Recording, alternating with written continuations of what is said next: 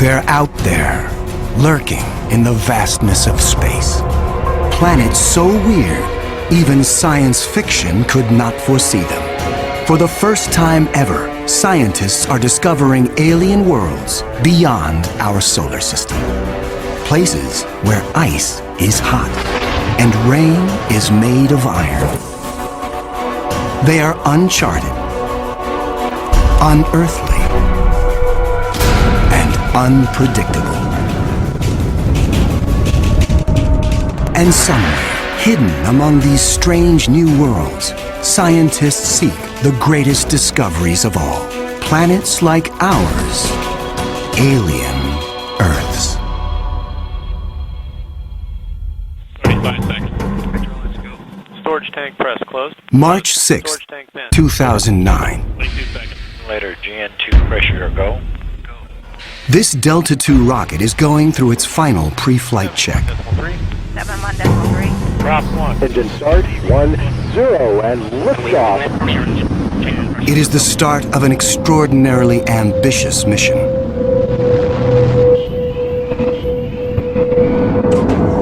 The Kepler Space Observatory is hunting for planets like Earth within a region of 100,000 stars.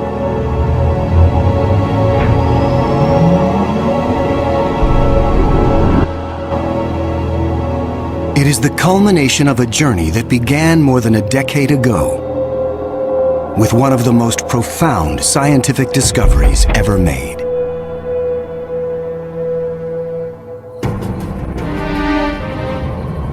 In 1995. Swiss astronomer Michel Mayor and his team make a routine observation of stars in the constellation Pegasus, located 50 light-years away. But the instruments show something strange. One star is violently lurching and wobbling. What we discovered, it's one of these stars have a velocity changing with time. What is powerful enough to disturb a star the size of our sun? Mayor offers a radical answer: a planet. But no one has ever seen a planet around another sun-like star. Problem in detecting planets around other stars is that as a planet orbits a nearby star, that planet gets lost because of its feeble light in the glare of the very bright star. In spite of the odds, Mayor relies on his data and is convinced the wobbles are caused by the gravitational pull of an orbiting planet. When I read this claim from Michel Mayor, I was very skeptical. There had been many false claims of the first planet ever discovered around another star, and I thought to myself, oh boy, here we go again.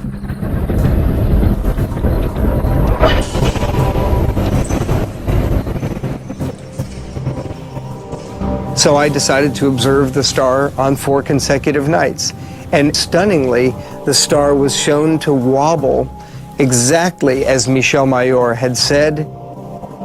Michel Mayor and his teammate Didier Queloz announce their discovery. It rocks the scientific community. They had found for the first time reproducible, confirmable evidence of the existence of a planet around a sun-like star.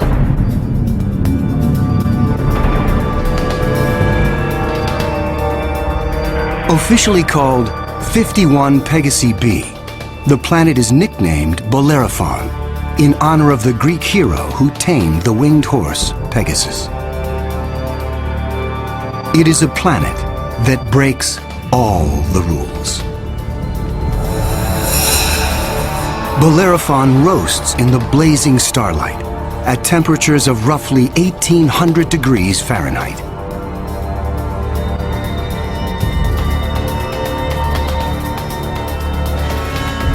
It is nearly 150 times more massive than Earth and is a gas giant like Jupiter. A gas giant is a planet made mostly of hydrogen and helium. Only the outer layers are gas, But inside, hydrogen and helium is compressed to huge, huge, huge pressures. It doesn't resemble a gas at all. Unlike anything found in our solar system, this is an entirely new class of planet, what scientists call a hot Jupiter. If you go to Hawaii and see the lava flow there, that's how hot a hot Jupiter is. It's very, very hot. The Earth is a comfortable 93 million miles away from the Sun. These hot Jupiters are roughly 100 times closer, and so the amount of sunlight that they get is 10,000 times larger. If this represents a star, and this a hot Jupiter is 3 to 4 stellar diameters away from the star. So that would be 1, 2, 3. This is how close a hot Jupiter would be to its star. Hot Jupiters are tidally locked. They present the same face to the star at all times, just like the moon does to Earth. It's going to be permanent daylight on one side and permanent nighttime on the back. If I were stuck on a hot Jupiter, I'd want to be on the back side and hope that some of the heat from the front side facing the star would make its way around the back.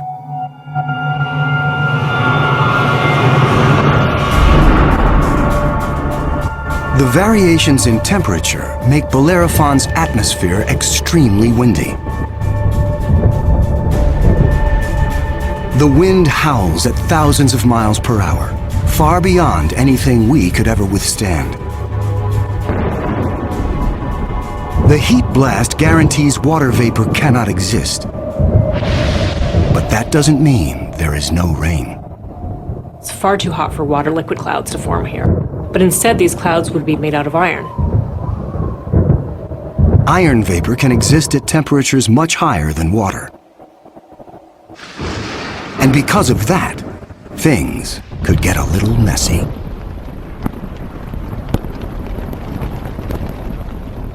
You better have an umbrella that's pretty sturdy, because the iron is going to start coating your umbrella very rapidly and making it extremely heavy and just crush that umbrella.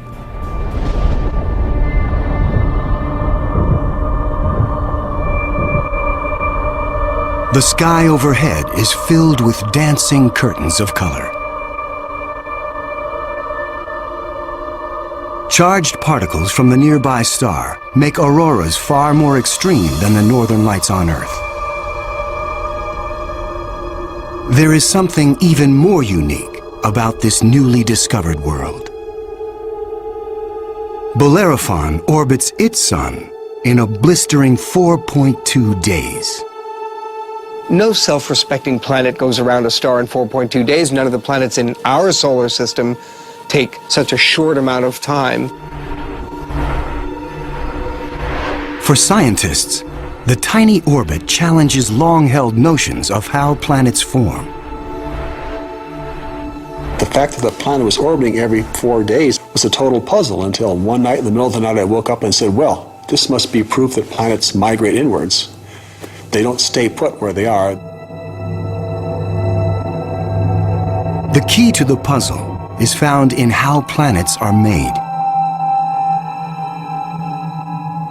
Planets are a byproduct of star formation. When stars form, they have a disk of dust and debris around them, and out of that debris, planets form. Much of what we know comes from Hubble Space Telescope, as it aims at regions like the Eagle Nebula. This interstellar cloud is studded with collapsing disks of dust and gas. A giant clump grows in the center of each disk. Temperatures reach a searing 18 million degrees. The same nuclear fusion that powers our sun is unleashed.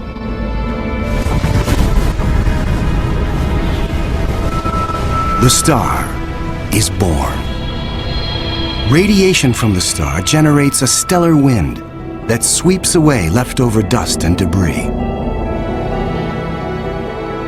Some of the dust survives and remains in orbit around the newborn star. Over millions of years, the dust sticks together, forming knots that grow into asteroids, and the asteroids grow into planets.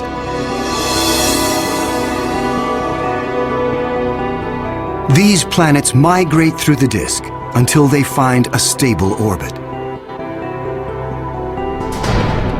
This is why Bellerophon is so close to its parent star. But one newly discovered world has found its stable orbit in a place no planet should ever go. 2001. Hubble Space Telescope is directed to an obscure star some 150 light-years away from Earth, in the constellation of Pegasus. This is the same region where Bellerophon was found 6 years earlier. Hubble is tracking another hot Jupiter, discovered by astronomer Jeff Marcy. But this one is different from Bellerophon. You've probably heard of the planet HD 209458b. It's a terrible name. A terrible name for a terrible place. HD 209458b has been dubbed by some as Osiris, after the Egyptian god of the dead. Osiris is over 200 times more massive than Earth. It has migrated perilously close to its sun, at a mere 4 million miles from the blazing solar surface. Osiris broils in a planetary hell. The average daily temperature on Osiris is over 2,000 degrees. Forget global warming. This is global frying, and it causes Osiris to lose an estimated 550,000 tons of air every second. There's a leak of gas, a steady stream of hydrogen and helium, and that's making a big, huge cloud all around the planet. Its atmosphere is bleeding into space. Scientists speculate that a colossal trail of gas spirals behind the planet for thousands of miles. Osiris presents an unprecedented opportunity for astronomers. Using Hubble, they analyze the alien planet's bloated atmosphere. This is the absolutely first time where we could tell what is the composition of the atmosphere of an extrasolar planet.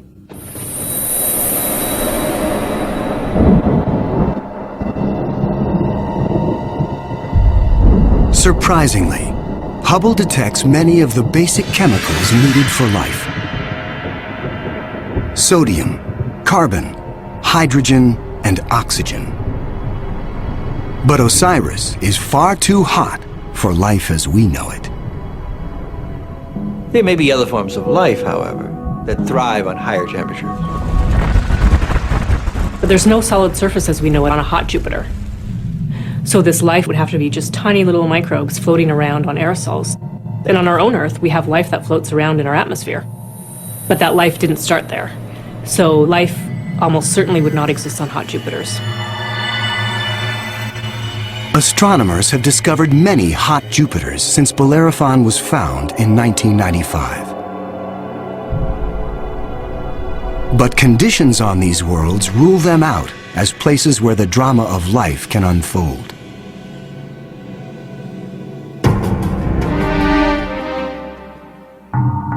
One of these gas giants is a planet that teases the rules of evolution.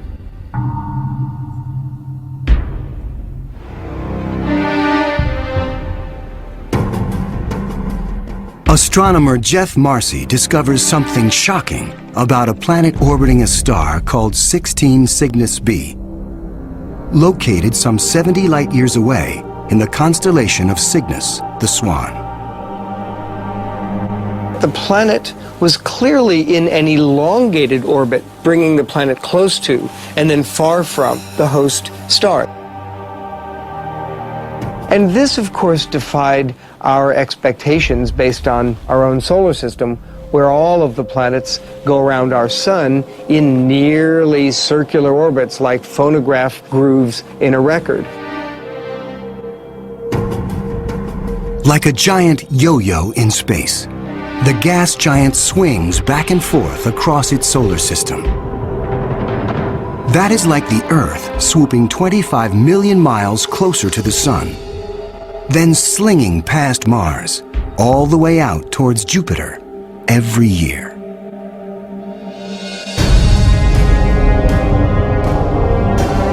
And like all of the gas giants in our solar system, this yo-yo planet might have an entourage of moons. Marcy speculates that one of these moons could be similar to Earth. And here's where the interesting story begins. Imagine a rocky moon with lakes, oceans, maybe streams and waterfalls on the surface. The moon orbiting its planet, the two of them orbiting the host star. Unlike the airless moon that circles the Earth, this moon is a world with extreme seasons. On Earth, the seasons are caused by the tilt of our planet. Here, they are caused by the elongated orbit. These poor planets that are in these elongated elliptical orbits suffer terrible changes in their climate throughout a year. As they make their closest approach, the yo-yo planet and its moon are blowtorched by the star. Summer begins. The atmosphere on the Earth-like moon is savaged with raging storms. Category 5 hurricanes on Earth are tiny eddies compared to the monster vortexes that form here.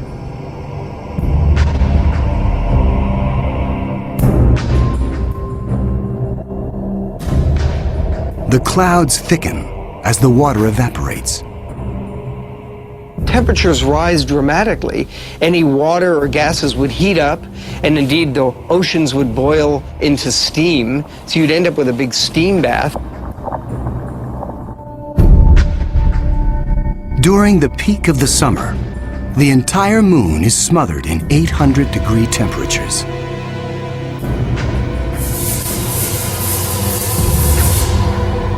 This is the closest approach to the star.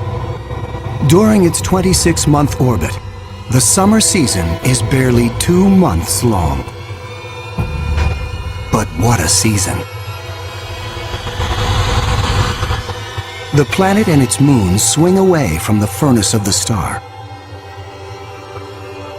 Temperatures fall to ranges we would find temperate and comfortable.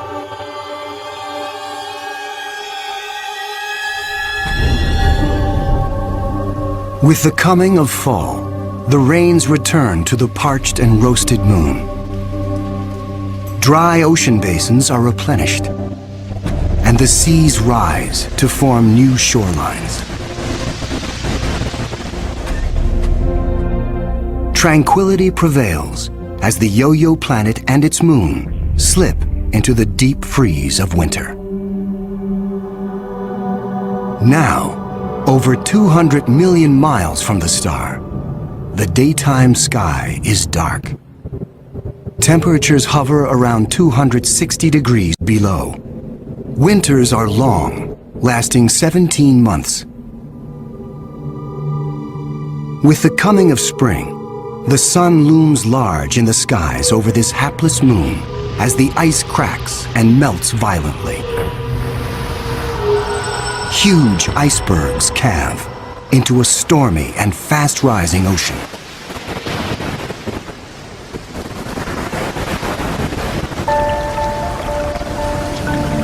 For 2 preciously short periods, during the spring thaw and the autumn rains, the climate on this Earth-like moon is balmy and comfortable.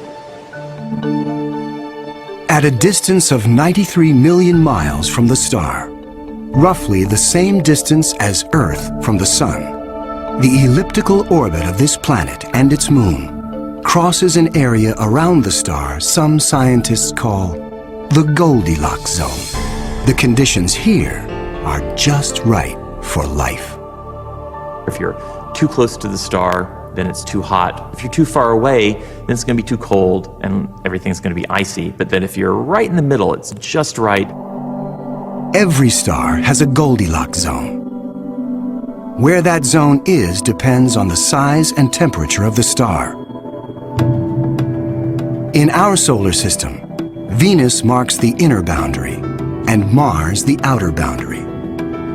Earth and its abundance of life is right in the middle. The Yo-Yo planet passes through the Goldilocks zone twice a year. For 3.5 months during the spring as it races inbound, and again in the fall for 3.5 months as it hurtles back into the colder reaches of space.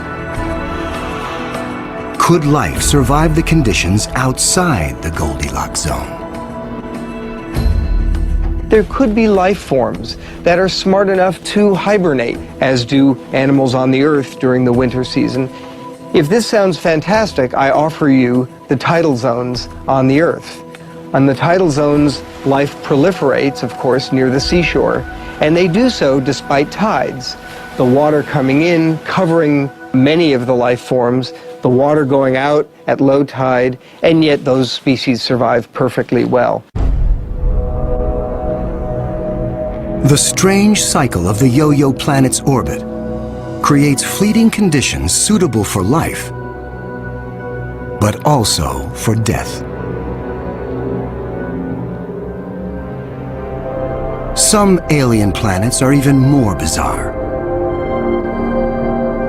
Imagine a world that has no star to orbit. Scientists speculate that our galaxy is teeming with rogue planets, adrift in the murky lanes of interstellar space. These are orphaned worlds, planets that are booted from their solar systems by the chaos of planetary migration. Astronomers call such worlds planemos. Planemos are planets without a star. They're just drifting through the galaxy indefinitely.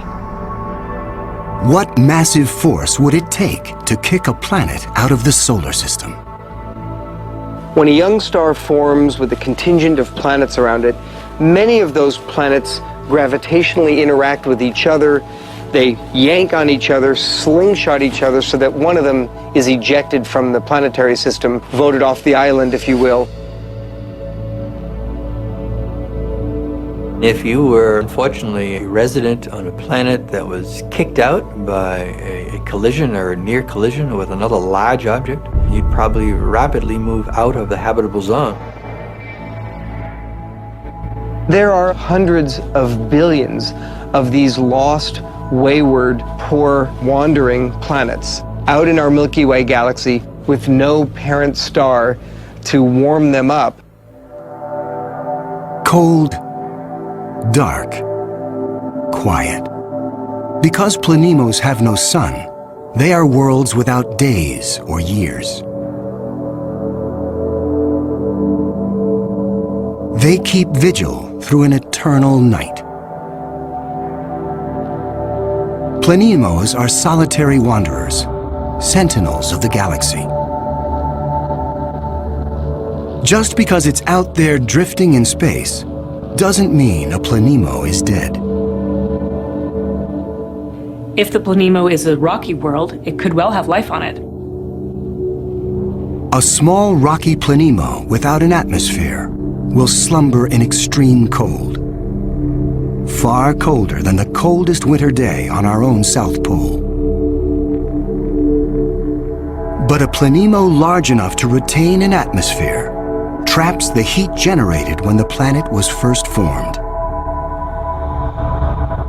It is the ultimate greenhouse effect. The heat and energy comes from the molten core deep inside the lonely planet. If the planemo is a gas giant like Jupiter, it may have a system of moons. The gravitational pull between the planemo and its moons creates friction, causing the interior of the moons to stay warm. These moons could also have life on them, in the same way that Jupiter's moon Io has volcanoes and has a lot of heat energy being generated by interactions with Jupiter and the other moons. If anything lives here, it will be single cells, like common bacteria found on Earth. Not complex life forms. Without a sun to provide photosynthesis, these tiny organisms derive their energy from the chemistry in the soil of the Planemo, or its moon.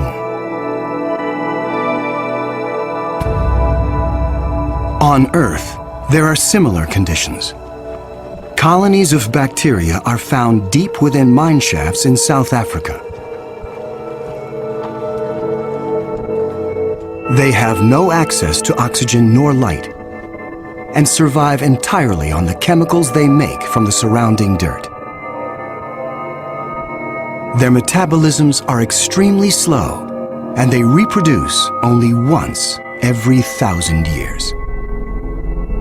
If life dwells on a sunless Planemo, it could be organisms like them, marooned when their planet was young. While Planemos slumber undisturbed, there are worse places to be in the universe. Like in the company of this lethal pulsar, some 980 light-years from Earth, in the constellation of Virgo. From afar, a pulsar looks like a blinking light. But up close, pulsars machine gun their surroundings with deadly radiation. They are no place for planets. Yet something interferes with the precision of this pulsar. One explanation is that the anomaly is caused by a planet. But many astronomers are skeptical that planets orbiting a pulsar can exist. The reason that's a problem is because pulsars are formed in these incredible explosions. When a red giant star explodes, a titanic fireball known as a supernova unleashes as much energy in 1 minute as our sun generates in its lifetime. When a star goes supernova, the shockwave is so immense it's hard to imagine any planet surviving that. When the cosmic dust clears, all that remains is the crushed core of the red giant, pulsing in the heart of an expanding debris field.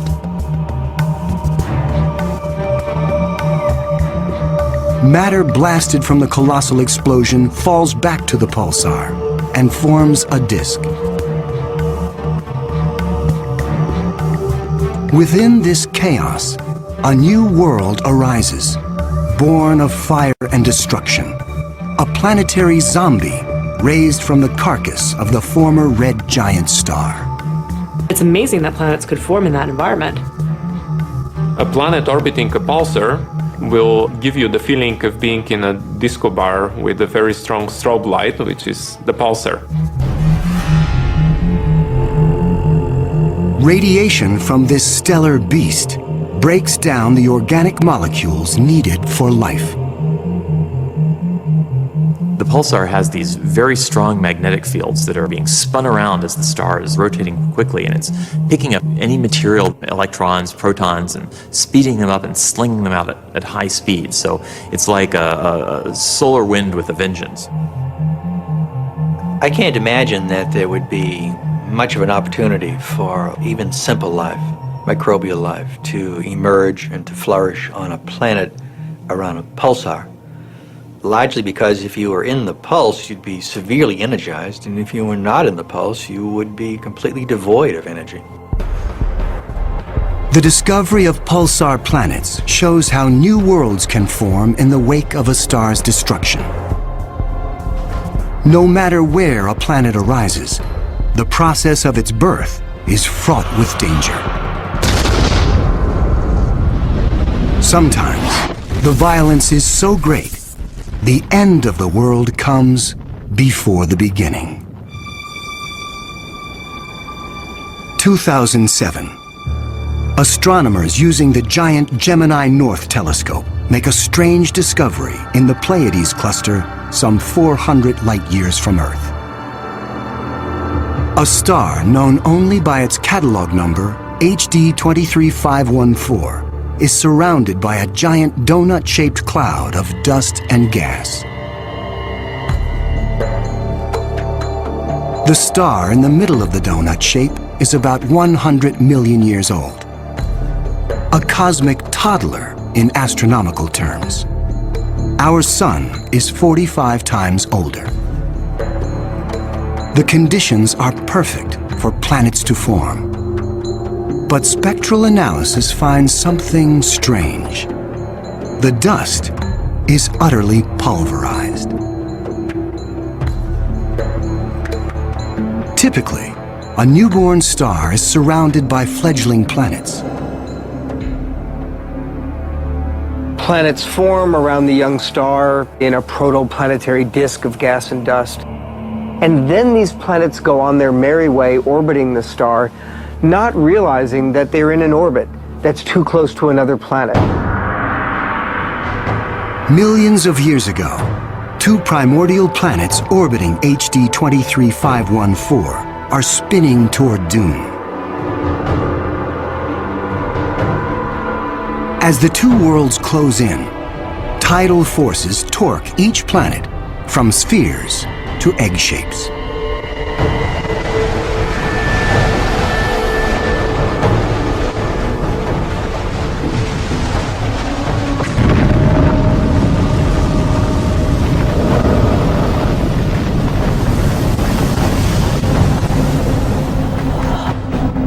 Nothing remains. The two worlds are annihilated, creating the dust and debris seen around star HD 23514. 4 billion years ago, a similar apocalypse came to Earth. A Mars-sized planet forms in roughly the same orbit as the newborn Earth. Like the planets at HD 23514, Earth and this Mars-sized body are barreling toward each other. If you happen to be unlucky enough to be standing on a growing planet when it was in the process of still becoming the Earth, you might wake up one morning and notice that the sky was getting darker and darker as a Mars-sized body was coming at you within a period of less than an hour.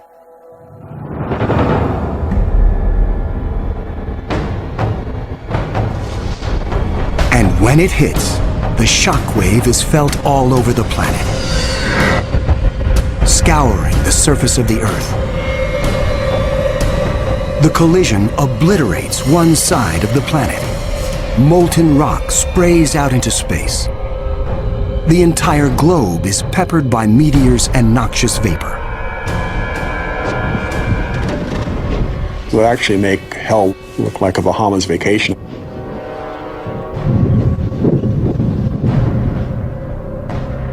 The debris field from the collision coalesces and forms our moon. It is a new beginning for our planet. Collisions are part of the birth process for planetary systems. Building up a terrestrial planet is probably all about colliding pieces of rock together. And all across the galaxy, colliding pieces of rock are forming terrestrial worlds that defy the imagination.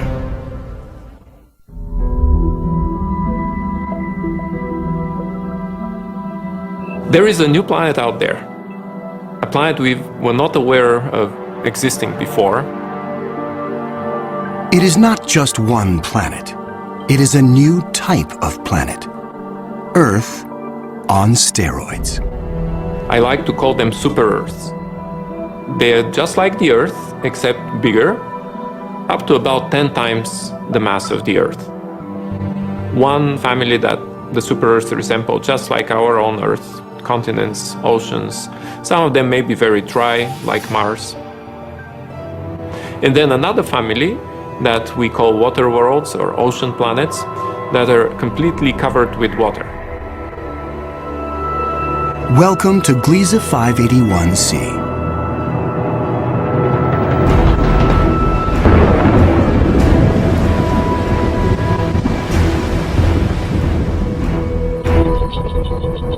This planet was found by Michel Mayor, and it orbits with 2 other planets around a very small star. It's only 20 light years away in the constellation of Libra and is one of the smallest terrestrial planets found beyond our solar system. That doesn't mean Gliese 581c is small. It's still a super-Earth with 5 times the mass of our home planet. But it's the possibility of liquid water that excites scientists. An ocean planet feels like being in the middle of the Pacific Ocean, with no land inside, just water, puffy white clouds, and blue sky above you. The winds on the ocean world are going to be similar to that of the Earth, so it will be a very good place to sail. The weather's absolutely perfect. Every day you get a clear blue sky, and the sun just stays in the same place. Now, how's that for weather prediction? No land anywhere. Even miles beneath the surface. This water layer would extend very far down, at least a quarter of the way down in the planet. But as we dive deeper into the sea, the pressure builds. At 35,000 feet below the surface, we pass the point where the deepest oceans on Earth bottom out. We pass the 100,000-foot mark.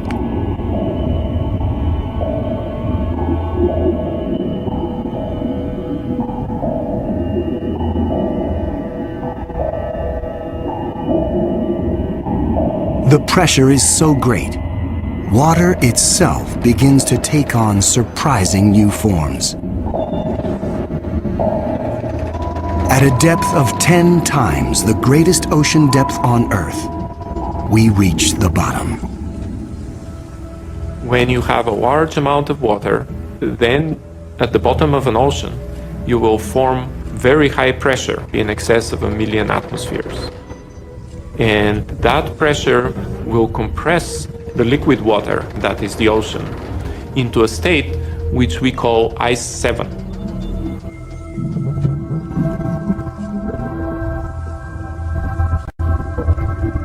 No, it's not like ice in your refrigerator.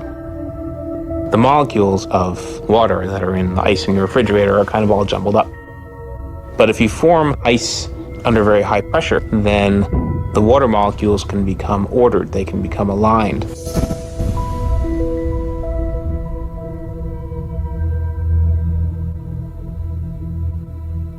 I can show you a crystal that is a very good analog to Ice 7. This is halite, also known commonly as rock salt. Ice 7 may exist within our own solar system. Europa, a moon of Jupiter, could possibly have a mantle of liquid water surrounded by a thick, icy crust. The pressure from the crust is so great that Ice 7 might exist deep within these uncharted seas. If we scale up and thaw out Europa, it could be a water world similar to Gliese 581c. One could imagine that life could emerge on a water world. After all, water is essential to life on Earth. Everywhere on Earth where there is water, there is life. You cannot find a sterile drop of water on Earth unless you put it in the microwave yourself. On this water world, there could be bacteria or any kind of life in the ocean itself. But not all of the super-Earths are water worlds teeming with life. When we talk about super-Earths, we talked about 2 major families of mostly rocky with some water and mostly water with an endless ocean. But one has to add to those a 3rd family of probably very rare super-Earths and Earth-like planets, which are called carbon planets. A carbon planet is unlike anything we've ever seen anywhere. A place with an alien chemistry, but loaded with very earthly treasures. Throughout our galaxy, there are planets barren and poor and inhospitable. But science is on the trail of a new type of planet, an entire world of treasure. In our own solar system, in our sun and in all the stars nearby, there's always more oxygen than carbon. But if we think of a place in the universe where there's more carbon than oxygen, then planet formation is very different. Spectral analysis shows carbon to be far more plentiful, 26,000 light-years away near the center of our galaxy. Planets that form here may contain a rich abundance of carbon. The morning sky on a carbon world would be anything but crystal clear and blue. I'm picturing a yellow haze with black clouds of soot. And as you descended farther down in the atmosphere, I could imagine lakes that were made out of compounds like methane or gasoline. I'm picturing these bubbling, foul-smelling pits of black ooze, like an oil well. With little or no water in the atmosphere, the air is made of carbon compounds. Methane, butane, pentane, benzene, all these different kinds of carbon compounds that separate out when you refine gasoline. One day it might be raining benzene. The next day it might be raining butane. Alien as carbon planets might seem, the air quality could be familiar to some. The air in a very benzene-rich planet will resemble that of LA. A lot of small particles that unfortunately we are quite used to from the exhaust of cars. Despite the pollution, carbon planets could come with a sparkling upside. You might see diamond because the planet may have substantial quantities of pure carbon that it's formed out of. And pure carbon, when you compress it, tends to form into diamond. The secrets of exotic planets like these are waiting to be discovered all across the galaxy. But astronomers won't be satisfied until they find the Holy Grail. A planet like our own, one that sustains life, the next Earth. People always ask me, do I think we're going to find another planet like Earth? And I answer, absolutely. Every star probably has planets roughly the same size as our Earth. We think that essentially every star has several Earth mass or super Earth mass planets. So if you have, say, 200 billion stars in the galaxy, that may mean there are 400 billion Earths in the galaxy or more. 400 billion Earths. The Kepler Space Observatory is the first instrument capable of finding one of these planets. Kepler is looking at the constellation Cygnus in the night sky at 100,000 stars, taking picture after picture after picture, minute after minute. And the goal of Kepler is simple: to look for stars among the 100,000 that dim. When a star dims slightly, it means a planet passes in front, blocking some of the light. How long the star dims and how much light gets blocked will tell scientists about the size of the planet and the distance from its sun. A good analogy for this is looking for the dip in the light that you would see from a searchlight if a small moth flew across the searchlight. And so it's a really tiny dip in the light as the planet transits. It is a very powerful technique because it allows you to discover planets that are even smaller than the size of the Earth, around stars similar to the Sun. It is a technique that is changing the course of science. We think we may be able to find a planet that is habitable in the next few years. Scientists estimate the Kepler mission will find a minimum of 50 alien Earths. One of the big questions that anybody looking for life beyond the Earth is facing today is, what if we don't recognize life even though we discover it? Conditions on an alien Earth may cause life to evolve differently. My hope is that we'll see some sign that will make our hairs stand up on the back of our necks. Whatever that sign is, it will be the first chapter on the greatest scientific story ever told.